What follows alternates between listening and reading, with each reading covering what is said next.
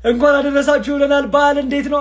እኔ ማንኝ እኔ ሁለት በዓል እንዳከብር የመረጥከኝ ማለት ዛሬ ደግሞ ሶስተኛ በዓል እንዳከብር የመረጥከኝ ማንኝ እኔ? ወይኔ ዛሬ ከቼልሲ ጋር ጭው ያለን ማለት ነው። ሲቲ ላይ አይደለም ቋጥረህበት ማለት ነው። እንደዚሁም እንደዚህ አይነት ቻንስ ነው አግኝቶ ይጥላል በመጠበቅ የማይታሰብ ነገር ነው። አንተ ገብቷል። እዚህ ጋር እንደው ፔፔ ዛሬ ብቻ እንደው የዛሬን ብቻ አውጣኝ፣ እንደው የዛሬን አውጣኝ ያልኩኝ ስንቱን መጣሁኝ እኮ። ቼልሲን ዛሬ ግዴታ ደግሞ ማለት ነው በጣም በእርግጠኝነት ጠፍጥፌ ነው መልጣ ፈርስት ሃፍ ነው ምንገለው ጨዋታው በጣም መጠብቀው ነገር ነው። ገብቷል።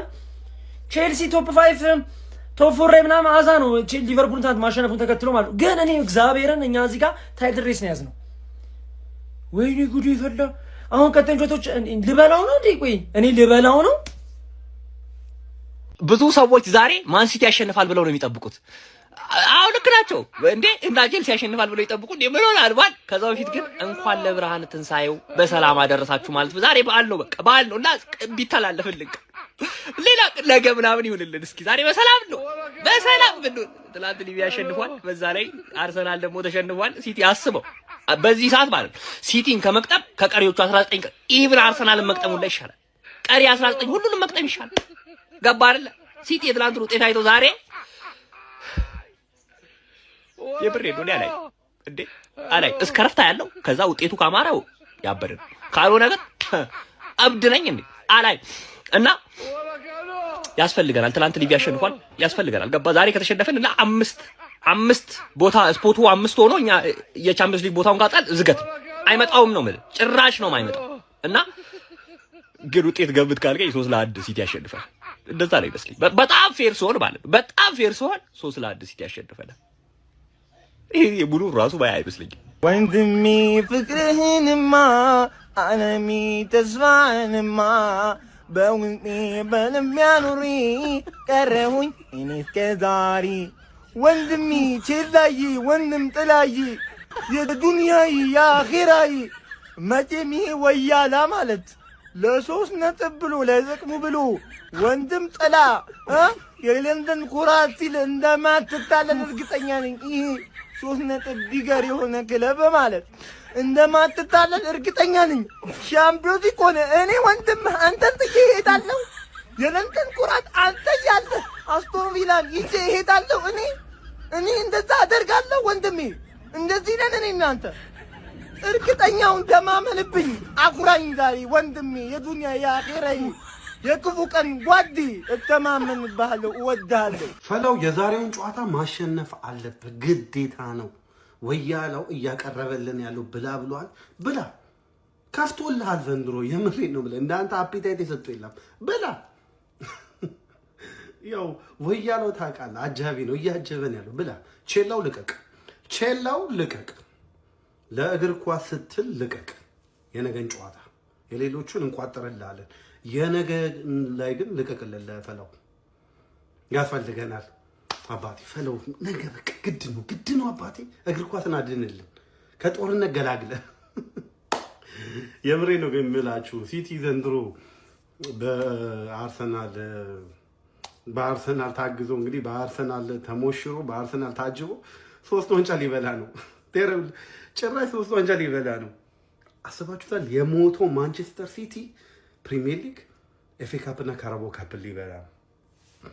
እስከዛሬ ድረስ በደንብ ቋጥረንልሃል፣ አደገኛ ሁኔታ ቋጥረንልሃል። ማንቸስተር ሲቲ ደርቢው ቋጠረ እንደዚህ ወያላ ምናምን ማንቸስተር ዩናይትድን የሚያክል ቡድን የምንደግፍ ሰዎች እንደዚህ ተብለንልሃል ማለት። ከዚህ በኋላ ግን እያንዳንዱን የግልህን ጨዋታ አሸነፈ። ጋርዲዮላ ይሄን ማድረግ ይችላል። በነገራችን ላይ ስላችሁ የነበረው ይሄን ነው። ይሄን ዋንጫ ማንቸስተር ሲቲ ይብለውና ብዙ ምን መዘው ፋይል አለ በግላችን ማለት ነው። ማንቸስተር ሲቲ ቸልሲን ዛሬ በደንብ እንዲያሸንፍ እንቋጥራለን። ኔክስት ጌሞቹንም የግሉን የራሱን እያሸነፈ የሚሄድ ከሆነ ዋንጫውን ይበልዋል። 9 ነጥብ ምናምን እናንተ እንደምትሉት እሱ ማጥበብ ያለበት ራሱ ነው እንጂ እናንተ እንድጥሉለት አይፈልግም። ከዚህ በኋላ ራሱን አርሰናልን ቀጥቅጦ የቀሩትን 2 ጨዋታዎች ሲያሸንፍ ቻው ቸልሲ ማለት ነው። ድል ለማንቸስተር ሲቲ። ይመቻችሁ። ሲቲያንስ ትናንትና አርሰናል ከተሸነፈ በኋላ ማለት ነው የዋንጫ ተስፋችሁ እንደገና ስለመጣ ዛሬ ከቼላው ጨዋታ አላችሁ ማለት ነው። ከባዱ ፈተና ዛሬ ይጀምራል። ዛሬ ቼላውን መስጠት ይኖርባችኋል ማለት ነው። ይሄንን ጨዋታ በነጻ በስልክ ለማየት ደግሞ ቀጥታ ቴሌግራም ጋር መኩክሪስ አንድ ብለህ ሰርች አድርገህ አፕሊኬሽኖችን አውርደህ ጨዋታውን በነጻ በስልክ ማየት ትችላለህ። ቴሌግራም ጋር መኩክሪስ አንድ ብለህ ሰርች አድርግና አፕሊኬሽኖችን አውርደህ በነጻ ጨዋታውን ተመልከት። ሲቲያንስ በጣም ከባድ ፈተና ወደፊት ይጠብቃችኋል ማለት ነው። ሁሉንም ጨዋታ ካሸነፋችሁ ዋንጫው እናንተ ነው። ሁለት ተስተካካይ ጨዋታ ነው ያላችሁ ከዛሬው ጋር ማለት ነውና ይመቻችሁ። ያልተጠበቀው ያልተገመተው ቦርንማውዝ የእንግሊዝ ፕሪሚየር ሊግ የዋንጫ ፉክክር ላይ ነፍስ ዘርቶበታል። ትናንት አርሰናልን ኤምሬትስ ላይ በሜዳውና በደጋፊ ታይቀጡ ቅጣት ከቀጣው በኋላ ፔፕ ጋርዲዮላ ስለ ፕሪሚየር ሊግ ዋንጫ እንዲያስተዋርዋቸዋል። ዛሬ በስታንፎርድ ብሪጅ ቼልሲን የሚገጥሙበት ጨዋታ የፔፕ ጋርዲዮላ ማንቸስተር ሲቲ በጉጉት ይጠበቃል። ይህንን ጨዋታ ካሸነፉ እንደዚሁም በመጪው እሁድ የሚከናወነውን በቀጣይ ሳምንት ማለት ነው አርሰናልን ድል ካረጉና ተስተካካይ ጨዋታቸውን ማሸነፍ የሚችሉ ከሆነ ከአርሰናል ጋር በነጥብ እኩል ይሆናሉ። ምናልባትም በርከት ያሉ ጎሎችን ካስቆጠሩ በጎል ክፍያ ከፍ ብሎ ሊቀመጡበት የሚችሉበት እድል አለ። ሲቲ ቀሪዎቹን ጨዋታዎች ያሸነፈ አርሰናልን በተመሳሳይ ቀሪዎቹን ጨዋታዎች ቢያሸነፍ እኩል 85 ነጥብ ላይ ይሆናል። የእንግሊዝ ፕሪሚየር ሊግ ለመጀመሪያ ጊዜ በጎል ሊለይ የሚችልበት እድልም ሊኖር ይችላል። ከዛ በፊትም ሊጠናቀቅ ይችላል። አብረን የምንመለከት ይሆናል። አሁን ደግሞ ቼልሲ ይህንን ዋንጫ ፉክክር የመወሰን ኃላፊነት አለው። ለራሱም ሲል ይጫወታል። ምክንያቱም ብሬንፎርድና ኤቨርተን በአንድ ነጥብ ብቻ ከቼልሲ ዝቅ ብሎ ነው የሚገኙት። ቼልሲ 6ኛ ነው።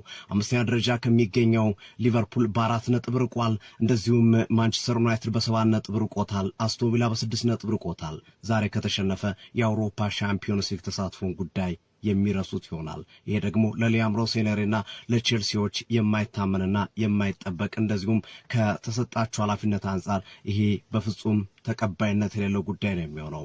እናም ስታንፎርድ ብሪጅ ላይ ቼልሲ ዛሬ ለራሱ ሲል ይጫወታል። ማንቸስተር ሲቲ ደግሞ አርሰናልን አንገቱ ስር ለመተንፈስና ጋማ ለማለት ለመያዝ የሚያደርገው ፍጥጫ እንደሚሆንም እየተጠበቀ ይገኛል። በቼልሲ በኩል ኢንዞ ፈርናንዴዝ ቅጣት ላይ ይገኛል።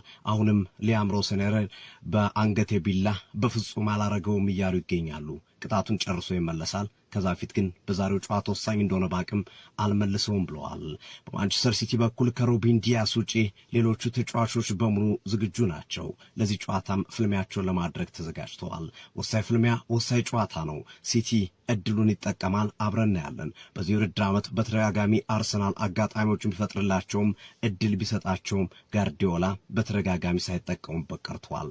ዛሬስ አብረን ያለን የለንደን ክለቦች ለአርሰናል ውለታ ሰርተዋል። ክሪስታል ፓላስ ሊቨርፑልን አሸንፎ ከዋንጫው ፉክክር ገና በጊዜ እንዲቆም አድርጎታል። ሲቲ ለዋንጫ ፉክክር በተጠጋበት ጊዜ ዌስትሃም ሳይጠበቅ ነጥብ አስጥሎት ጉድ ሰርቶታል።